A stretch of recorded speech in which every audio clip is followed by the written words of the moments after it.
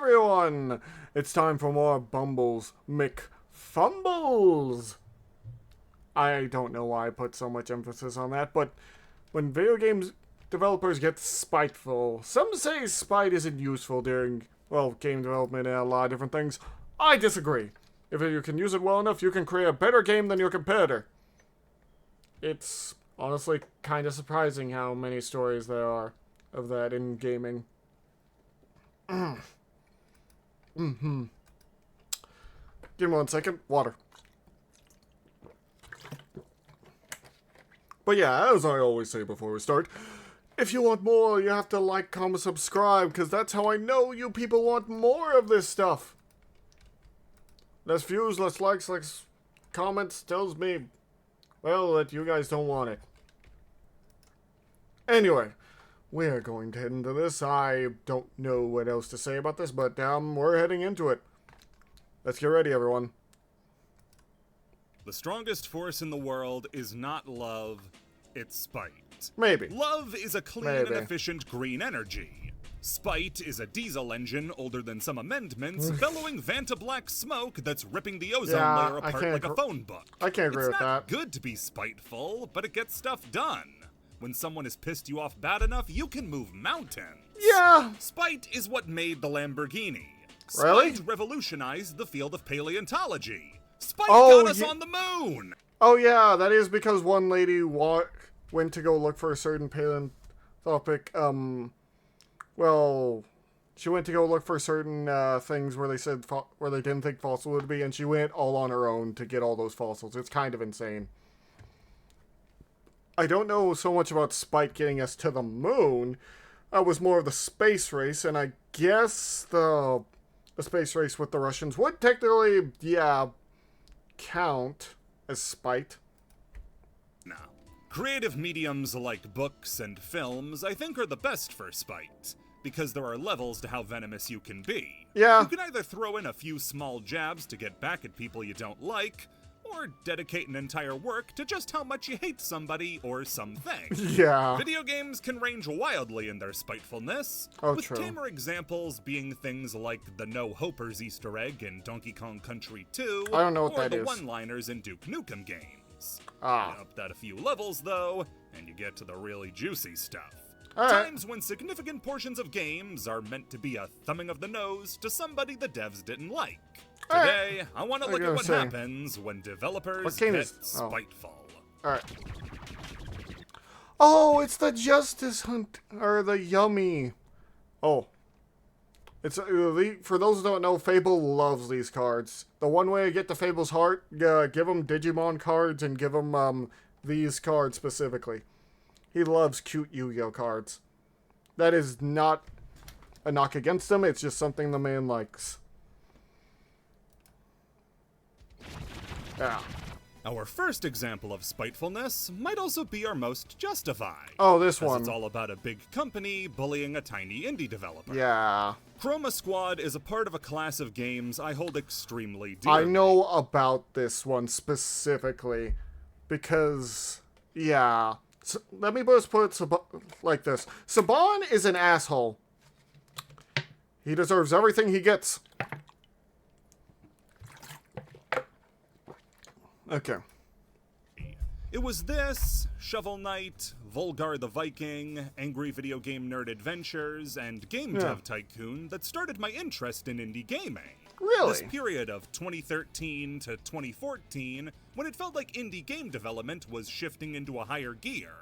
Chroma Squad was the one I was most interested in out of them all, though, because it was the perfect crossover of my interests. Between being a lifelong Power Rangers fan and recently getting into tactical RPGs thanks to Fire Emblem Awakening. Oh, it was also one of the first Kickstarter campaigns that I ever followed along with as it was developing. I didn't know it had a Kickstarter. And I kept on wishing that I had the money to actually support it. It was a big deal to me. When it did finally come out, it was one of my favorite games of the year. Making for a really interesting combat system by giving you...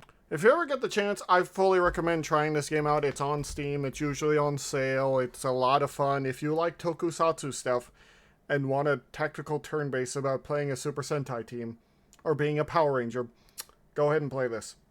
It's really good. But yeah, director's notes to follow for extra audience ratings that in turn let you upgrade for better gear. Yeah. The teamwork system in the game made it feel less like you had 5 individual units that you were controlling independently, And a but had team. 5 teammates that were working together to take down the bad guys. If you're ever unimpressed with the current crop of Power Rangers games that have been released up till now, I'll tell you right now that Chroma Squad is better than all of them put together. Yeah. Except for you, Battle for the Grid, you're my special little man. Above everything Battle else, for the though, Grid. my favorite part of Chroma Squad is how it's dripping with love for the tokusatsu genre and draws Yeah. inspiration from loads of different sources. Even if the most obvious is from Super Sentai and Power Rangers. Yep.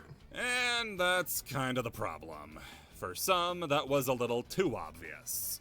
See, Chroma Squad wasn't just one of the first Kickstarters I followed, but also one of the first times I had ever seen an indie game get attacked by a larger company. Oh, yeah. See, the company who owns Power Rangers, Saban Entertainment, is Saban. notoriously litigious when it comes to their property.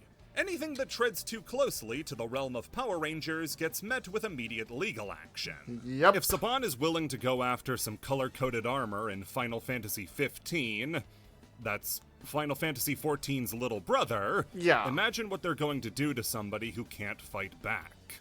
To set the scene, He's a horrible Chroma man. Squad was developed by Behold Studios, a Brazilian studio, and Brazil's history with tokusatsu isn't just limited to Power Rangers, or Oh. even tokusatsu produced by Saban, like Big Bad Beetleborgs or VR Troopers. Alright. Tokusatsu shows had been airing Oh. in Brazil for years That's before Mighty cra- Morphin's launch. That's with crazy. series like Choshinsei Flashman, Kamen Rider Cool. Black, Oh, and Kamen Rider Sekai Black. Ninja Senjuraya being massive hits in the country. I didn't know More this. so than almost any season cool. of Mighty Morphin Power Rangers. Tokusatsu is such an ingrained part of Brazilian culture that Brazilian fans have even created their own tokusatsu series in Insector Sun and Timer Man. That's so Is Power cool. Rangers still popular over there?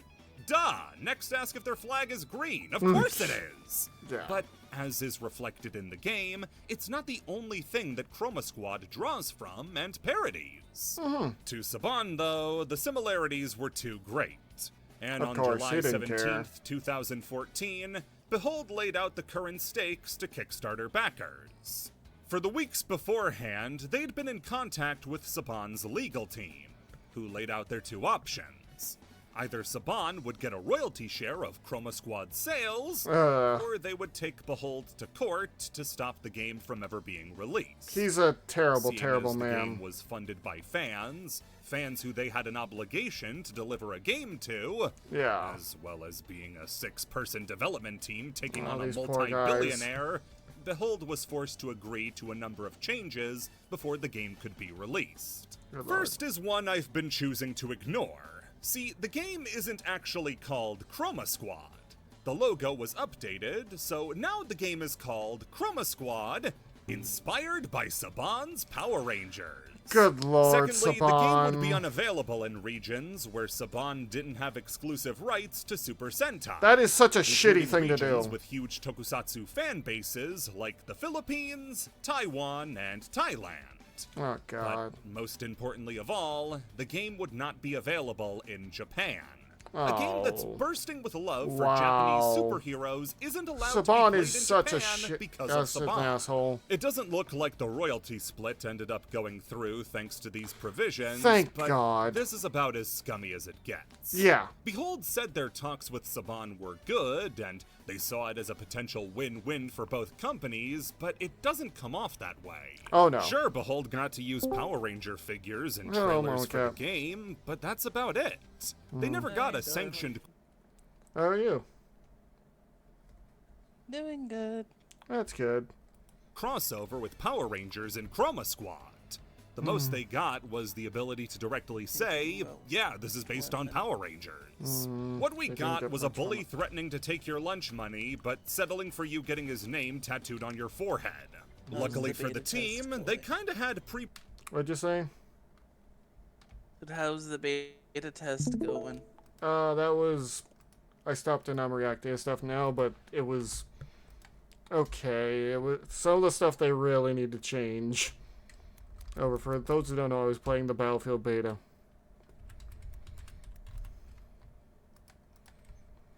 But I decided to stop, and the game was getting a bit annoying with certain parts. But yeah, I'm reacting to stuff now. These games are like that. It'll get better, I'm sure, as things go on, like people not being able to hit me through walls or my rockets actually doing damage. You know, it just takes time, but yeah. He prepared Spite that, after the Eventually you'll lawsuit, get all came the off fun as way stuff. worse than it originally did. Chroma Squad starts with your team of stunt people getting fired from the original show before they come back together to form their own indie studio to make a tokusatsu show outside of the studio system. The show you were originally working on was called Super Rangers, and the director of the show is named Dr. Mia, a rude and aggressive director who, through his abuse of the stunt people, ends up losing them, which sets you off on your journey. Mia is an amalgamation of a lot of different people who worked on Power Rangers over the years. Really? From belligerent directors who mistreated the cast of the show to damn. Hayao Saban himself. Of course. When it comes to Miha's habit of claiming credit when the show is good and shifting blame when the show is bad. I was actually a little hesitant, though, to include this as a spiteful move, since Dr. Mia, which, for those without a mirror handy, is just Hayam backwards and with a space, was actually present in the earliest Kickstarter builds of the game before any legal action had been taken. That meant they had made this character without even needing a personal reason. They were just hating Hayam Saban because they're real tokusatsu fans. Everyone hates What Saban. I can be sure is spiteful, though, is the second time Mia shows up in the game, because it's a direct parody of the legal situation that Behold got into with Saban. Miha will contact you at a certain point in the game and say that your new show is a blatant ripoff of Super Rangers. Yeah. And to forgive your theft, he'll give you 3 options. Either pay him tribute for taking his ideas, try to fight him legally, or let him become the new director. Now, I don't know if part of the legal threat was Saban wanting to go to Brazil to do some coding himself, but those other 2 options are direct parallels to what Saban had offered Behold when they had made the initial legal threats. Saban Entertainment eventually noticed the joke at their expense and got it changed from Dr. Miha to Dr. Soap, which, unless Saban is some sort of neat freak, is just a generic name. Man, it's a good thing this is the only black spot on Saban's sterling reputation. Oh, there's a whole If you lot. want to talk spiteful indie games, though, well, there's no Once need he to realized that they were making fun of him, he had a freak out. Because of course he did. Because of course Saban had a freak out. We need to get rid of him. Quite literally. But how's your day been, sweetie? What? I'm talking about Saban. It's good. That's good to hear. Don't know who that is. Oh, he's technically the creator of Power Rangers. He owns the right to Power Rangers and will sue anyone who has anything close to looking like Power Rangers in the States. He also, In the state? Yeah, because he thinks he created Power Rangers, which, I mean, it's originally Super Sentai that he's basing it off of, so, yeah. He's just a big bully. any further than one of the most famous names in the field, Edmund McMillan. Allegedly the creator of Mugenics, Edmund was one of the very first rockstar indie game devs thanks to his appearance in Indie Game the Movie. And with a catalog featuring such hits as Super Meat Boy, Binding of Isaac, and not Super Meat Boy Forever, he's one of the most beloved indie devs of all time. Edmund, though, came up in a time Power Rangers where does their own thing. Yeah. To an extent. parodies were as pointed as they were obvious. All the bluntness of a hammer, with all the gentleness that implies. Edmund is not the sort of person to be subtle when he's making his digs at other people. If he wants to make fun of you, he's just gonna make fun of you. That's why this section won't be including the whole Judas Fez debacle. For those who don't know, in The Binding of Isaac, every character has a unique headpiece to set them apart from Isaac.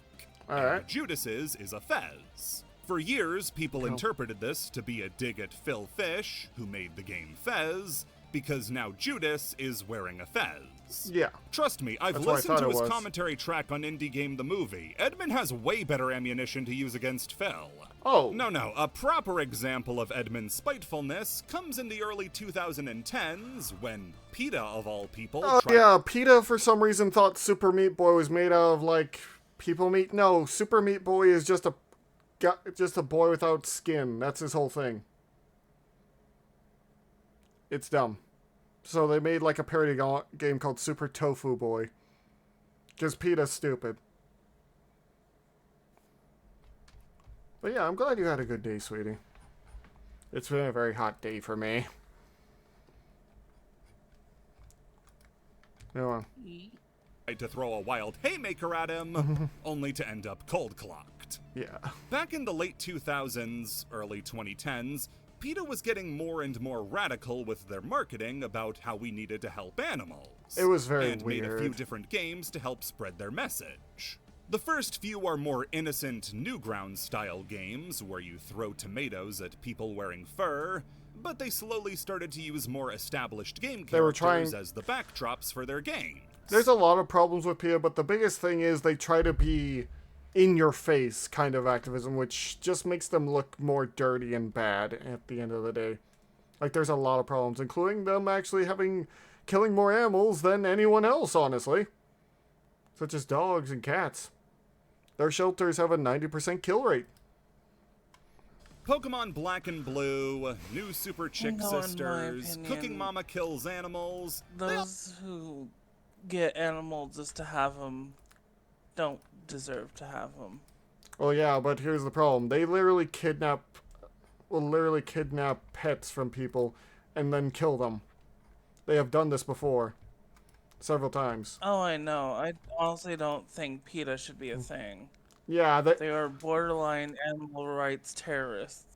they are borderline just... They claim to be animal rights activists, but they borderline are all a bunch of criminals and terrorists who just hide it by claiming animal rights.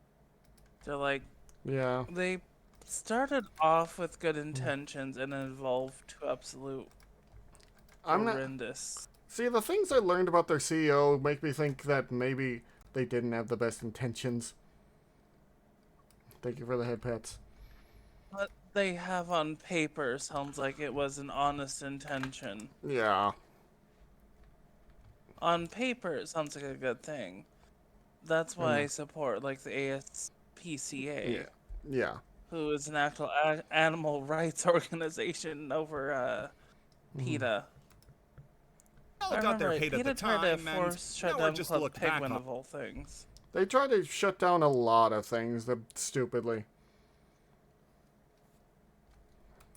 as shock content. Yeah, shock However, among content, those mostly. games parodying high-profile Nintendo games that got console releases was a parody of Edmund's Super Meat understand Boy, that. Super Tofu Boy. A This lot of casts people Meat Boy as the back. Okay. don't understand what PETA is, but oftentimes PETA is actually faded out into the background. Yeah, they Bad should. guy who kidnaps Bandage Girl Yeah. and leaves you, They've Tofu been Boy, quiet to for save her. The several game years is a poor after some of their recreation major of Meat scandals. Boy's unique Yeah. physics, but over any gameplay And I want sense, them the to first stay question there. is, why? Yeah. Why was Meat Boy high up on the list of targets after It was so Fur is strange Murder to me. Mario and dogfighting Pokemon? I don't...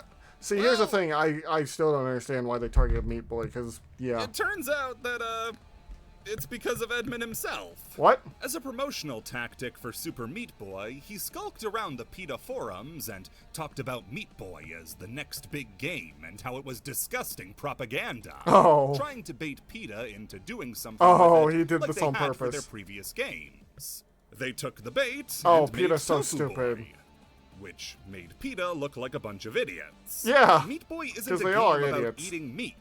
Meat Boy isn't even made of meat. He just doesn't No have any one's skin. gonna ever say While I that they're can't not confirm if this idiots. was done in response to Tofu Boy and PETA or not, the don't original Flash have version of very Super many Meat brain Boy was cells. updated to They add don't. various meat eater and vegetarian themed jokes to the tip section.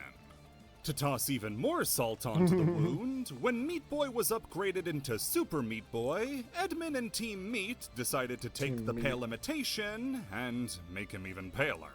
In It the full feels to me game, it's- Tofu they Boy is follow the unlockable principle as a that if playable they're the character. loudest in the room, then Unlocked people by will going pay to the attention to what Yeah. they say, no matter what they do. Alright, well, we'll continue on with this. character select screen Yeah, and Meat typing Boy. in the cheat code pedophile. As for how he performs, Tofu Boy is the worst character in the game, with a jump height and run speed that's totally pathetic compared to everybody else. He's a character God. so bad he can't is even clear the most of the game's one levels. person I can count on Tofu to Boy will claim never to know the be, pleasures of completing rights 1-1. organization, yet damage The in-game do reason more given as to why harm Tofu than Boy good is so to what bad? their cause is. Yeah. Okay. Let's continue on.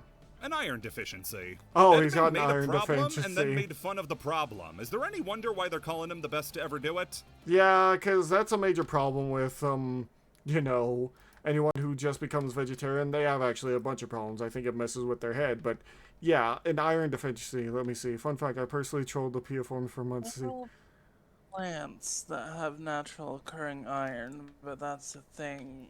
It's not wise to go focus on plants alone. Our system is omnivorous for a reason. Yeah. However, we also know what a Fact, we're one maliciously of the spiteful only Edmund looks naturally like after occurring omnivores. That's not. Alright. the Binding of Isaac community Sorry. ruined a special unlock condition. It's The fine. Lost is a character added in the Rebirth expansion for Binding of Isaac that Edmund and his team put a lot of planning into. Oh. A character intended to be the sort of mystery you wouldn't even find out about until years after you started playing. The idea behind The Lost was that it would be a community effort to unlock Very it. passionate when it Everybody comes coming to together animals, to animal make the rights, clues and make certain sense. things. Some I people know. might learn Fight that the someone first trigger that needed to be activated to unlock The Lost was dying as Isaac on the first floor to a Mullaboom. Really? Others might figure out that the last step is beating Satan with Azazel, all through random little messages that the community will have to stitch together. Crazy. It would have been nice if that was the way it panned out, but it didn't. Oh. Because within a week of Rebirth's release, data miners found the triggers needed to unlock the Lost, and now anybody could unlock him by following the wiki. Yeah, data miners. This was a huge disappointment for the darling. team. I can Like understand I the said, You know, concern. this was a I've, secret that was meant to stay I hidden randomly for came across Sorry. why we actually have wisdom teeth. Yeah? Back in our Neanderthal era, back when we didn't have access to like a lot of fires, our wisdom teeth were used as basically a grinder for our food. Oh, alright. But as humans evolved and started learning, our brains became bigger and our mouths became smaller. As Well, we discovered new ways to process food alright. to make it more. So as that happened, we lost our the space for the wisdom teeth shrank, but we still have them. Yeah. The original long purpose was time. as a grind, Save. as like our natural way of grinding meat. Alright, alright, alright. Well, we're gonna continue on with it. something to get the community buzzing and talking. Something to extend the game's life long past its initial release. Alright. But because data miners were too antsy to figure out everything the game had, Yeah, it only I wouldn't took a be few happy about that days. either. Edmund and Isaac's development team, Nicholas, would do two things to pay back the community for ruining the surprise. First was the inclusion of the new item, the data miner. Oh. A held item that, when activated, would glitch out the room you were in, increasing and decreasing your stats, breaking all the sprites, giving your tiers random effects, and making the music ear-gratingly unbearable. Ooh. By Edmund's own admission, it's the worst item in the game, because any positive it has, like the stat boost, is undone by how horrible an experience it is to actually use it. The Oh, other God. thing they did was make the next special character unlock a hell of a lot harder. The Keeper was added in the Afterbirth expansion, and to avoid data miners figuring out what the deal with the character was, all of his assets would be kept out of the game files. Nice. How were we supposed to unlock stuff that wasn't even in the game, though? Simple. Add it back yourself. The Keeper ARG was a game outside of the game of The Binding of Isaac, where players would follow hints to try to figure out how to unlock the Keeper. Interesting. Having to keep track of things like the number of shadows in the background of an image of the lost, only found by translating the pixels on an achievement's icon to ASCII to find an Imgur link. That's crazy. This led people to look for clues in the movie The Lost Boys, which led fans to visiting a location from the movie where an Isaac poster could be found with a phone number that had been ripped off. The last digits that fans needed to find out were 109, a reference to the amount of hours it took data miners to spoil the lost mystery. That same number is also the description you get when collecting the data miner in Binding of Isaac. This eventually led players to find a doll of the Keeper by digging at the coordinates provided by translating a voicemail message into GPS coordinates. Making a which scavenger had to log hunt. into a Twitter page that, when tweeted from, triggered the update that added the lost, his achievements, and his unlockable items. The team was able to channel their frustration over the data mining of the Lost into a brand new, even more elaborate and engaging puzzle for the community. Kind of insane, really. It wasn't for everybody, especially after a mistake during it removed some items from the game temporarily, but it's still one of the most amazing character unlock methods I've ever seen. Besides, what items were you really missing? Mega Bean? Oh, well, it's not Isaac if I don't say, not Mega Bean. But these are all small potatoes. Edmund's beefing with the animal guys. No. Cool. You want that uncut, spiteful hatred? You're going back to the arcades in the 90s, when fighting game devs were waiting outside each other's houses with broken bottles. What? In the organized crime family known as the FGC, Capcom is the godfather. None of your favorite fighting games exist if not for them and Street Fighter 2. Yeah. Street Fighter 2 doesn't exist without Street Fighter 1. I know, I've been trying to wrap my head around this one too. Numbers get bigger. Street Fighter 1 is an odd, borderline playable game released in 1987, helmed by Takashi Never played it. Nishiyama, a designer with big ideas for the still burgeoning genre of fighting games. While the fighting was one part of it, Nishiyama was more interested in fighting games as a medium to tell a long-form, overarching story. Really? And so gave a heavy focus to it in Street Fighter, creating loads of backstories for every part of the world, giving detailed bios for all the characters, going into their histories, creating family trees. He spared no expense. Due to the technical limits of arcade machines at the time, though, most of this had to be left on the cutting room floor and was not included in Street Fighter. There was a different company, however, who offered him the world and the ability to fulfill his wishes of making a story-rich fighting game. SNK. Oh, King of SNK Fighters. had wanted to get into the field of fighting games, and to start out, poached Nishiyama from Capcom. He already had one foot out the door, thanks to personal differences with the top brass at Capcom, and SNK grabbed the other leg and swung him into the director's chair for their answer to Street Fighter.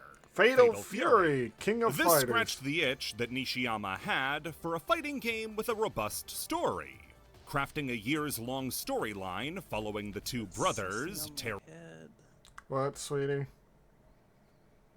Huh? They keep saying things in the background. I'm setting up my stream, so I'm putting myself up with Sussy on the head. Oh. Alright, well, yeah, for fighting games, we don't really focus on the story unless we're doing story mode. There's very few games I think anyone pays attention to the story of, which, when it comes to fighting games. Like, don't get me wrong, I like some of the stories in, like, Soul Calibur, but they're kind of rare and far in between, let's be honest here. I don't think... Like, I don't even know what the story was supposed to be for the new Mortal Kombat 1. and Andy Bogard as they returned to Andy Southtown to Bogard. defeat the man who killed their father, Geese Howard. This story would inspire fellow developer Hiroyoshi Matsumoto to make his own fighting game set in the same universe as Fatal Fury, Art of Fighting. Set in the late 70s, Art of Fighting tasked you with rescuing Yuri Sakazaki from the evil Mr. Big, either taking up the role of her maybe boyfriend Robert Garcia, or her karate gi-clad brother, whose name starts with RY and ends with one of the last two vowels. That's right, Ryo. Ryo Sakazaki, folks. Because of this, SNK would get their shit pushed in for the next few years. Now, it's important to remember that Ryo was made in part by Takashi Nishiyama. The only good part of comics is the dialogue interactions, especially with guest fighters. That's kind of all we ever get now, isn't it? All those guest fighters for those games, because honestly, the designs haven't been getting better. They've been getting worse. Like, I remember in Injustice, they put Raiden and Scorpion, and those designs looked awesome. But yeah. The guy who also helped to create Ryu. He said before that Ryo isn't meant to be a dig at Ryu or his former employers. If anything, Ryo is a homage to his former work. Capcom said, "F you, I'm gonna kill you." Yeah. The release of Art of Fighting started a years-long feud between Capcom and SNK. Of course. They'd already be at odds for occupying the same space in arcades, this turned the Cold War red hot. Capcom was incensed by what they saw as a blatant ripoff of Ryu, and decided in 1995 to start the counteroffensive. Street Fighter Alpha was the next Street Fighter game after 2 and its revisions, and it introduced a nice amount of new characters, like Charlie, Rose, and Adon.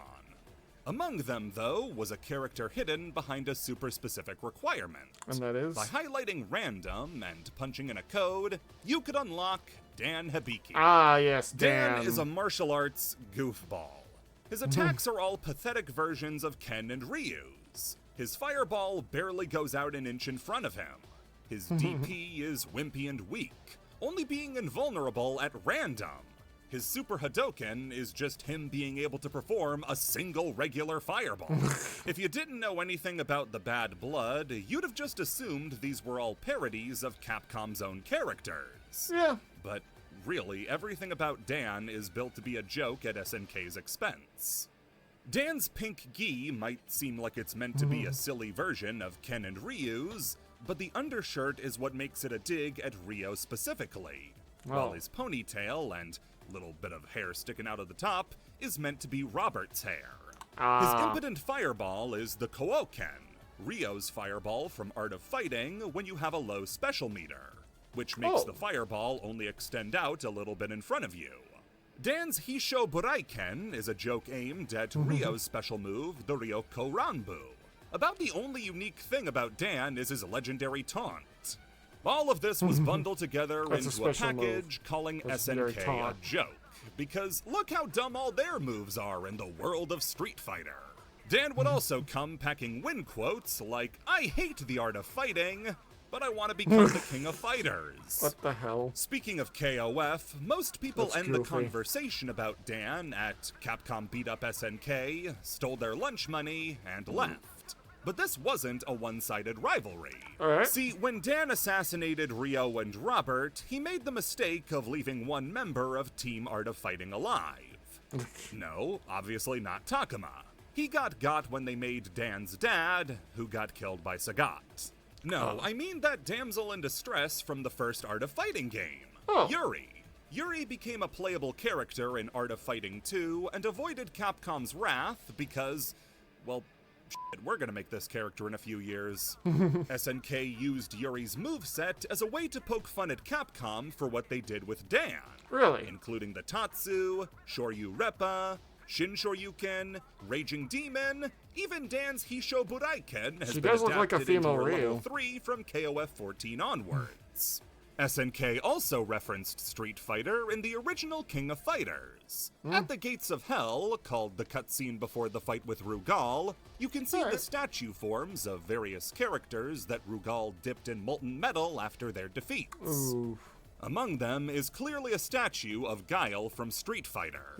However, as you may know, this rivalry wasn't all back and forth blows. As in 1999, SNK vs. Capcom, Match of the Millennium for Oh, the there's Neo also Geo Pocket was released, Darkstalkers. a collaboration between the two companies.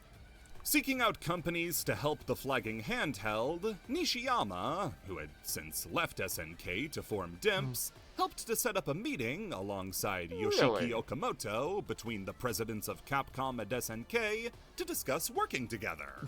Match of the Millennium would kinda open crazy the if they door would to finally do that. SNK and Capcom employees hanging out more during drinking parties. Cool. Building a friendship between the two companies that would eventually result in the Capcom vs. SNK series. That's actually really Some of nice. the most beloved fighting games of all time. In the Capcom vs. SNK games, they would even reference some of the jokes that they had made back and forth at each other, like a special intro between Dan and Yuri, as well as an intro between Guile and Rugal. Though the two's relationship would again fray after CVS 2, since SNK felt like they didn't get as much money from the game as they deserved and went bankrupt, the two are back on the same page, as now we're seeing more collaborations than ever before. Re-releases of the CVS games, a full port of SVC Chaos, Fatal Fury characters crossing over to Street Fighter, and vice versa. Whatever rivalry was there has been squashed for a long time, and now the two can work together amicably. It's still really nice For those who might not understand how big a deal it stop. is to have the Fatal Fury characters in Street Fighter 6, there was never a crossover character in a Street Fighter game before. No other characters from any other companies have ever been in a mainline Street Fighter game. Did not know that. Until now. I even think the two companies' more positive attitude towards each other has had a good effect on Dan as a character. After the two companies buried the hatchet, Dan was able to become a much more realized character, even getting some really good stuff in the comics. Heck, Dan was even briefly good in Street Fighter V. In the most Dan way possible, because of a glitch. But what about when an entire series changes course because somebody felt like making themselves a problem? I've talked about this a bit before, but that was mostly setup. I hate that kind of thing. Like, quite literally.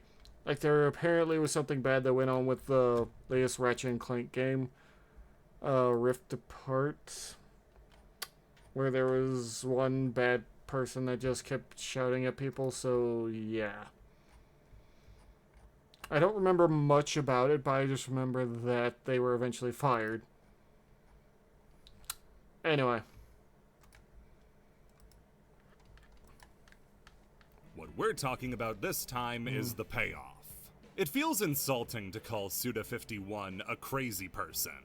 Because if he was a crazy person, then all of his work would be disconnected garbage that was weird for the sake of weirdness. Yeah. Instead, Suda51's work has a really strong through line in its themes and presentation that shows he's a genius. A crazy Besides, genius. boiling down Suda's style to just weird random anime junk is just reporting that you've only played his action games and didn't even understand those. Play Silver Case, I did. I will be honest, I don't know much about Suda51 because I haven't really played a lot of his games, but people tell me he's a genius, and he made Gungrave, which looks like what I want a Trigun game to be, so I'll call him a genius. Also, Fable loves this guys, and eventually I do need to try No More Heroes. Area. That said, some of Suda's most memorable games come from after his transition into mostly action It's still a really games, good title. Namely, the No More Heroes series. Unfortunately, that sort of success got him noticed by EA, who Suda approached alongside Resident Evil creator Shinji Mikami, after the two became fast friends when working on Killer 7. This would eventually give birth to Shadows of the Damned. I heard about this. Not before it was supposed to be a totally different game called Kurayami. The description of a dark survival horror game with a de-emphasized combat and a Kafkaesque tone exploring the dark corners of the human mind is completely detached from the game that ended up coming out. Oh yeah, I played the Kurayami demo. Was supposed to be a game where subtlety was the killer, not the monsters. You'd work yourself up into a bigger frenzy, wondering what was going to happen next, than the game would ever even deliver on. We all have different ideas of what makes good horror, but for me, this is the type that's most effective at keeping you afraid after the experience is over. The type that gets you peeking at the dark corners of your own house, wondering if now is when the scare finally comes.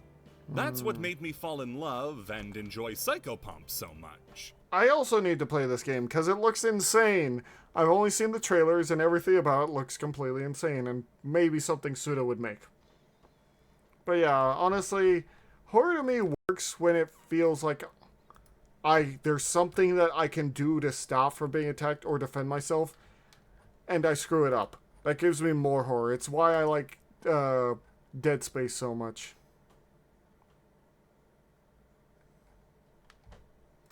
But yeah.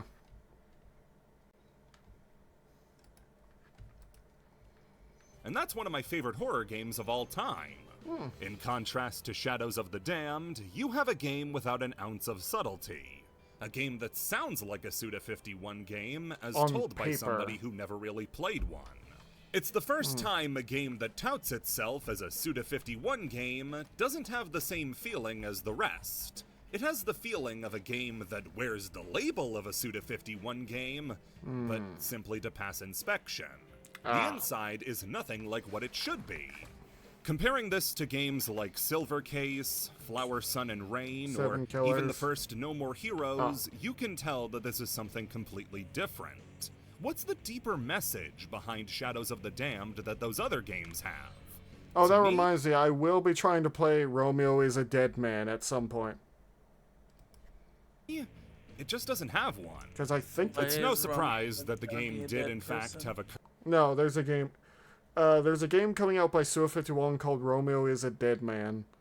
And I'm interested to see where it goes. I'll probably have to watch a video explaining to me about stuff, but that still makes me intrigued. I'll admit I'm not the most artsy person in seeing in between the lines, but I can at sometimes. cursed development cycle, with Suda's punk rock philosophy on game making rubbing up against the higher-ups at EA, until he was eventually worn down. Yeah. Whenever Suda proposed something new, it was either turned down or turned into something else. The game has no gun, you better add a gun. The gun has a fairy living inside of it, make it a skull.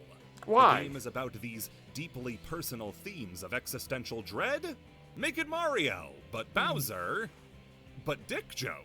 What? Dick joke, dick joke, dick joke, penis joke? Alright, what's going on here? I hate it. Suda wasn't even able to direct the game, only Oh. serving as an executive producer, That and therefore had even less input on what the game would be.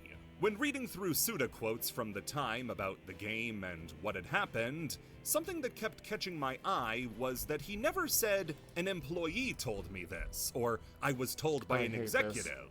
If he's ever talking about EA, he's referring to it as a singular entity. EA said this. EA did this. Either Suda didn't really know who was talking to him about elevator pitches, or he kinda just chalks up all the negativity tied to the experience to the concept of EA. Understandable. Shadows of the Dam ended up reviewing fine, but selling terribly. And the process of going through the studio system and having his vision turned into something unrecognizable Can be hurtful. hurt Suda on a deep level. Understandable. His next few games, Lollipop Chainsaw and Killer is Dead, divorced from the quality of the actual games themselves, to me are Suda51 games made on autopilot. Where his previous games had that extremely solid connective string, kinda sad. lumped together into the Kill the Past series by fans, I don't think anybody would ever consider adding these games to that series. They're crass and irreverent in a way that doesn't really serve the same purpose that the other games do, I don't know, they seem and alright. it leaves them feeling soulless. It wasn't until Travis Strikes Again, No More Heroes, the very first game Suda had directed in over 12 years, that he could Really? properly work through his feelings.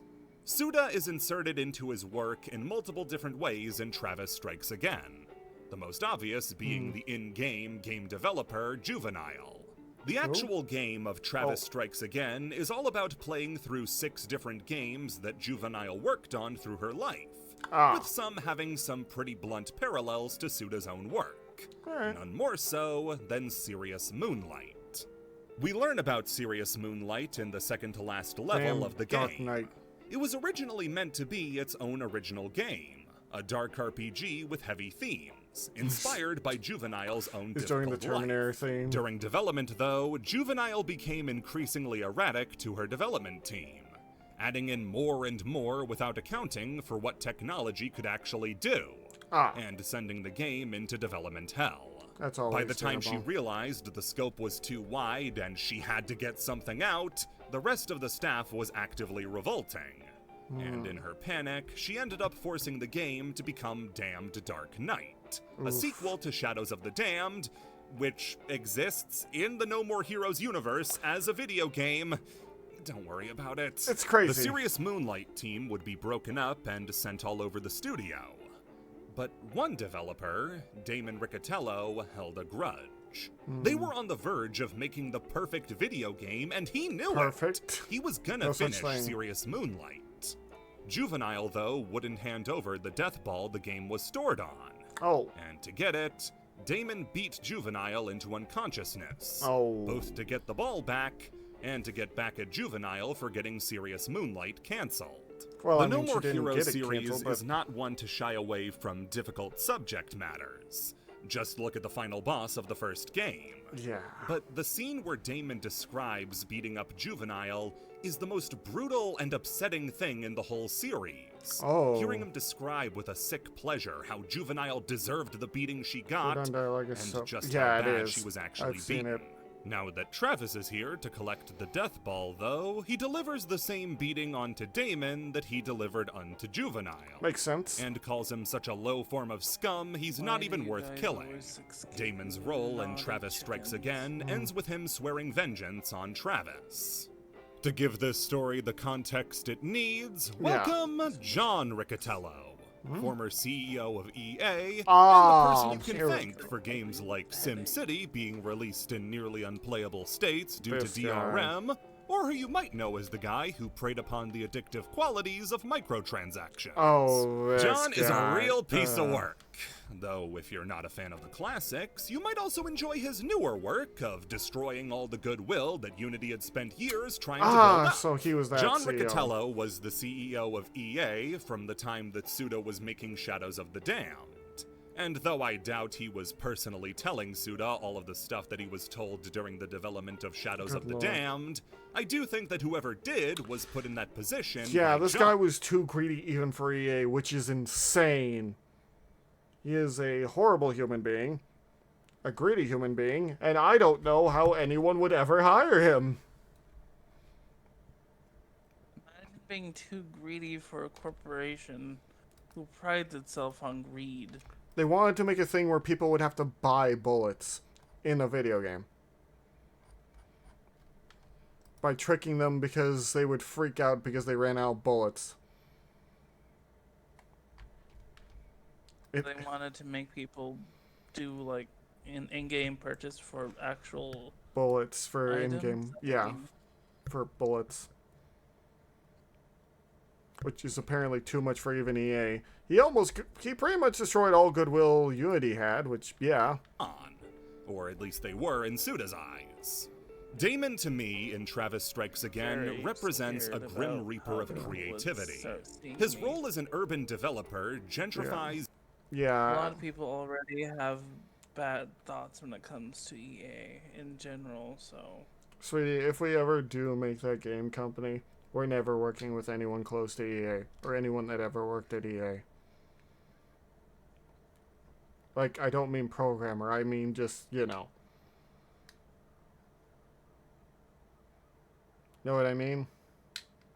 Well, honestly, a game developing company would start small, dear, and if we do end up doing big projects, I wouldn't want to work with major corporations and keep it all in-house, mainly. I know, we're gonna start small, we always have to.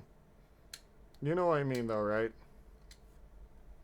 Yeah, I'd rather work in-house and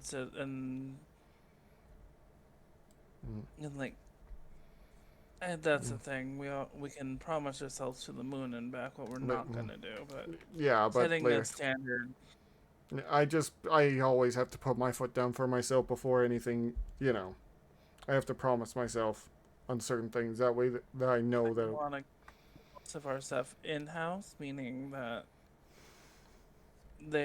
developers working with us have to probably be people we personally have worked with and understand. Yeah, have an understanding with. Which, I mean, I know a few people that could help us get started, but yeah. But we just need more people in Personally, general. I'm also picky, and I don't want to work with anyone who's going to want to screw over the middleman. Yeah, I understand that. I mean, people like Met and... On building a game, you want it to actually be enjoyable by the people you're trying to sell it to. Yeah. What I mean is people like Met who wants to help me with stuff, and those people that make 3D models that want to help me, and the writers group that I know that I'm friends with, that I want those kinds of people that are good at fleshing out my ideas. And kneecaps the creativity of urban environments. Yeah. Does away with individuality for the sake of a city more appealing to tourists Said, my and limits IT are, guys I who don't wanna Travis work with someone particularly who's hates. gonna The novel try to think, like, when you first are setting a name for yourself, you want yourself to be focused on like a name that people will trust. Yeah. You have to build up your reputation, but yeah, I'm gonna go forward with this. section covering Damon focuses a lot on IT guys and their unnatural habits. Their overuse of colognes and supplements, showcasing their detachment from anything natural and human, contrasting Travis, who is extremely human. When Travis goes to collect the death ball from Damon, he has to pass through the campus that Damon's company is housed on, which has running tracks, basketball fields, swimming pools, Oh, God. all superficial. Nobody's actually using them, they're just there to give the appearance of being human. That death of creativity is represented in how John conducted business. In the barn because you guys keep escaping. Kuriyami was essentially gentrified into Shadows of the Damned, taken away from Suda and turned into something Western, giving no regard to the creative mind behind the game. This is showcased as bluntly as possible with Damon's beating of Juvenile. It's how Suda felt post Shadows of the Damned. I can understand that, Left having twitching and beaten as he realized what was his wasn't anymore. Yep. When Travis does beat Damon and take the death ball back, it plays into the theme that's most pervasive in everything Suda does. And that is? Killing the past to move towards the future. Interesting. The Damned Dark Knight section, despite being about the worst time in Suda's life creatively, is a hopeful one. While Juvenile is obviously pessimistic about the game, other characters aren't. Travis especially is a big fan of Shadows of the Damned, talking all the time about how he'd improve it. And with how much of Suda is in Travis, this can be seen as him talking about the good experiences that did come from the game. I'm very glad. What could have easily been a victory lap on the corpse of Shadows of the Damned is instead a touching memorial, which saves its venom for the people most responsible. Yeah. In this case, by having Suda's most popular character just punch it in the face over and over again. Damon also reappears as a major character in No More Heroes 3, but by this point, I think he's more Riccatello in name only. Just the last name to give to an intensely hateable character.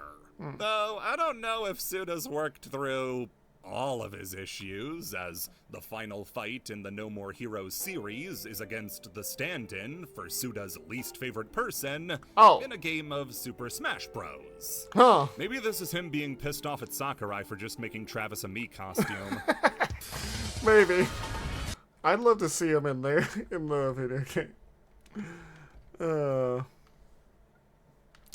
So yeah, that's Spite in video game. There's a lot of Spite in video game making.